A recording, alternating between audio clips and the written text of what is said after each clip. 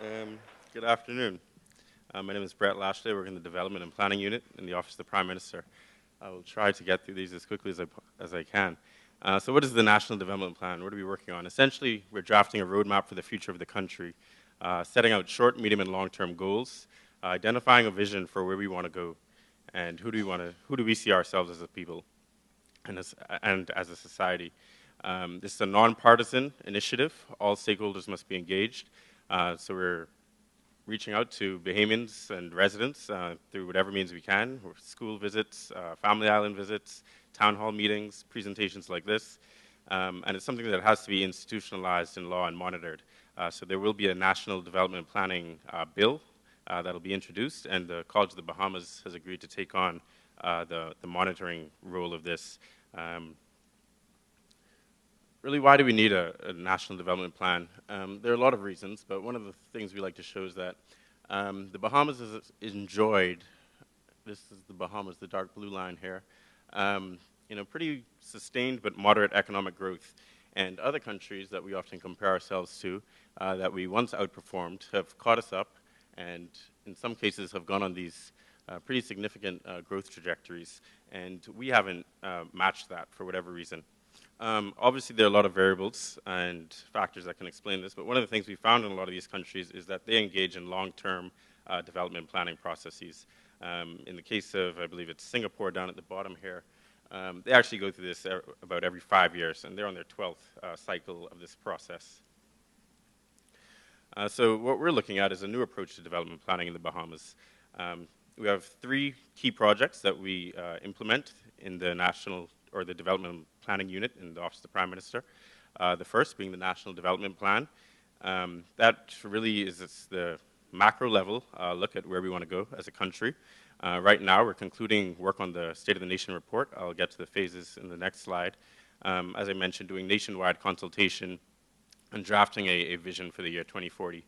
We're also looking at more micro levels. So we have an Andros Sustainable Development Master Plan that we're working on as well, along with SEV consultants. They're engaged on that.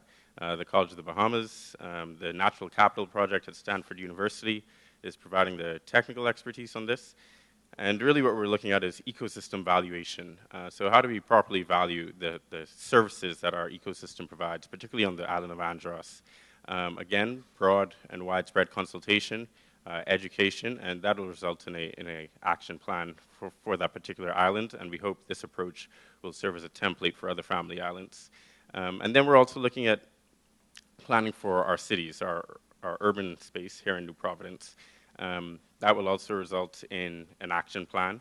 Our baseline studies look at greenhouse gas emissions, coastal and inland flooding, and salinization of the water table. I'll show you a few slides on that.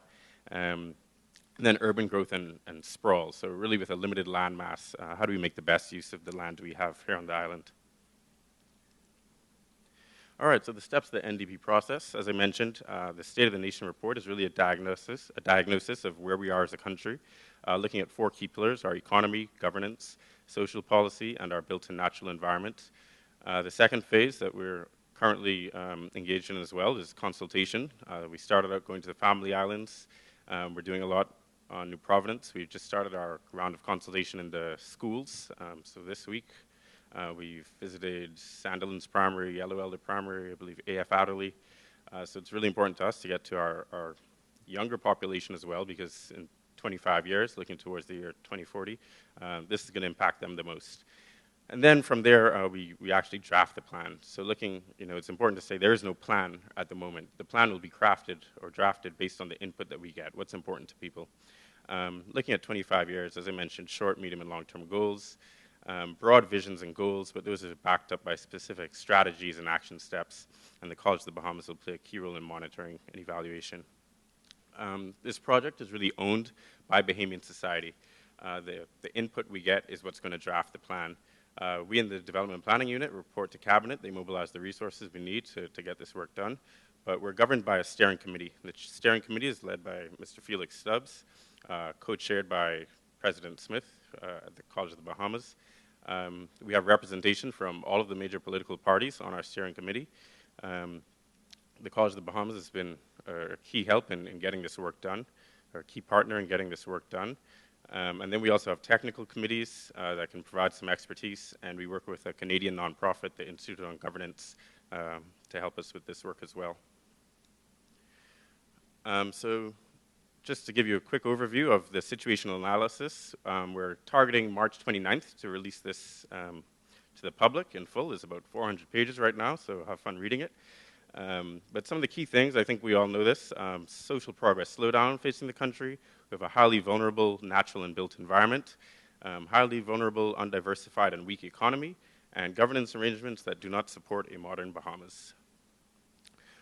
This goes a bit more in depth. I won't go through all of them, but we can just look at the environment, for example.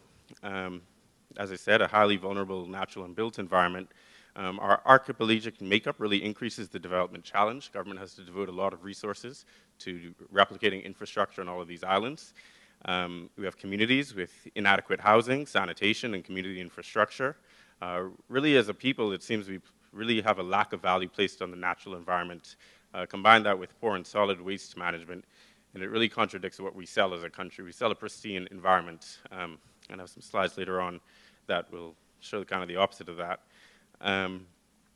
Public infrastructure that doesn't really support a modern economy or inclusive national development. So looking at things like our energy, transportation, access for persons with disabilities, we find they're all kind of sorely lacking. Overall, a lack of long-term infrastructure planning, complicated land tenure and registration processes, lack of integration of modern technology, things like GIS, ecosystem valuation, hazard planning, and adaptation and mitigation services for climate change, and a lack of preparedness for inevitable climate change. So how do we address these things? The Sustainable Nassau project, as I mentioned, is a new approach to urban planning. So looking at focusing on environmental sustainability and climate change, as well as urban sustainability. So with limited space here on New Providence, how do we really control the growth? And then also looking at fiscal sustainability and governance. We need proper processes and mechanisms in place for government to pay for some of the improvements that need to be made, but also to plan better in the long term. I'll just skip this slide. Some of the work we're doing is looking at flooding models, for example. This is part of the Sustainable Nassau project. So obviously, as you can see, this is downtown. These are the cruise ships. As we all know, when it rains a lot, these areas get flooded very quickly. Looking at inland flooding with a 10-year event, so there's about a 10% chance in any given year that these areas will flood, given significant rainfall events.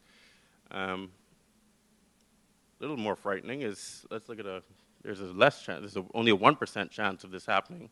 But again, we're very vulnerable to inland flooding, and with climate change, several areas of the island, some we already know about, Pinewood Gardens, I believe, is back here. But there are a lot of communities that are really susceptible to flooding. Similarly with coastal flooding, looking at a 50-year event, so in any given year there's about a 2% chance that this would happen. But essentially our whole southern coast, which is rapidly being developed, is threatened by coastal flooding.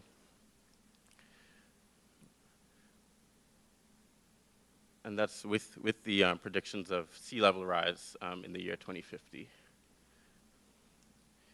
Looking at our groundwater vulnerability.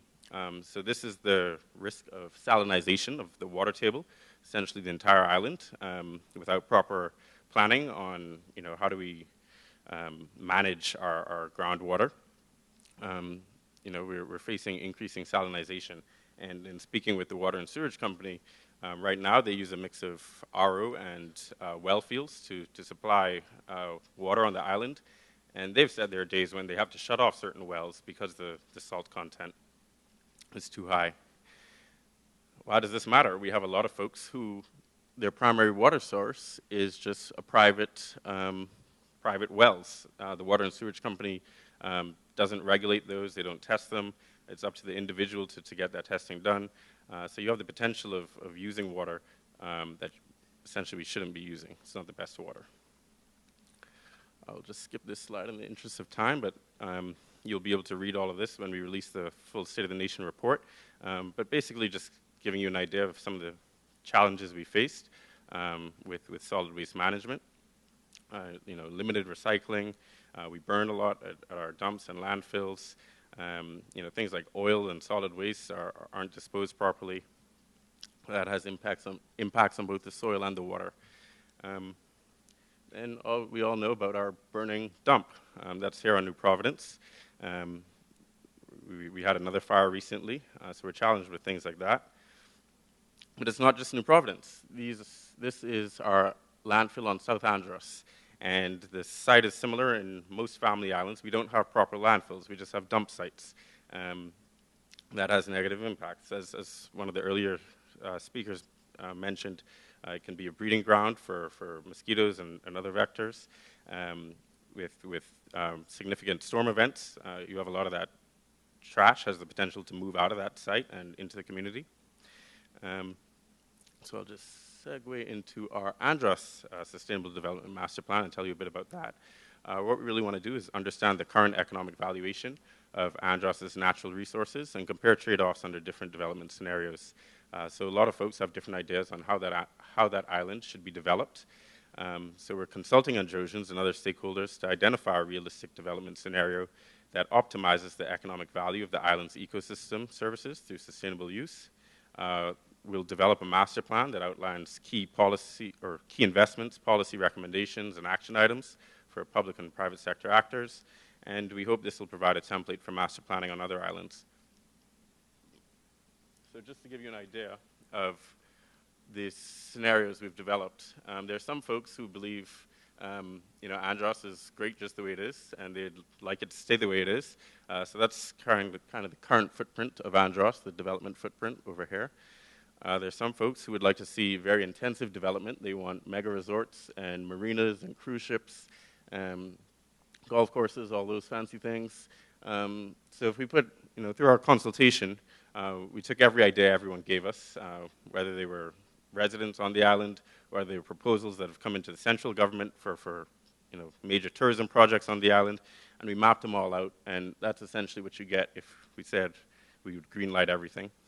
There's some folks who really want to conserve and protect the environment of Andros, so this scenario gives priority to the health of the ecosystem and protection of habitat and species rather than economic development.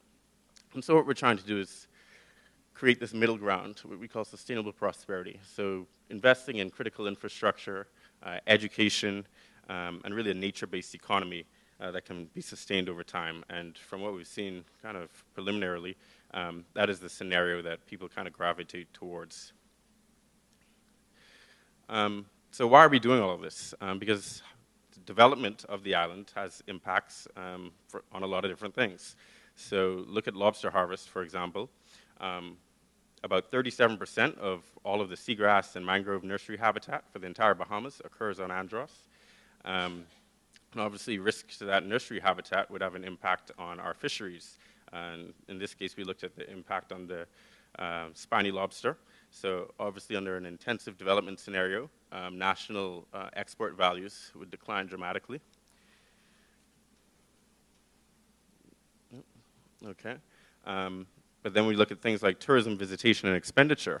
In a intensive development scenario, expenditure would actually go up in some cases. So in North Andros, you'd have higher expenditure.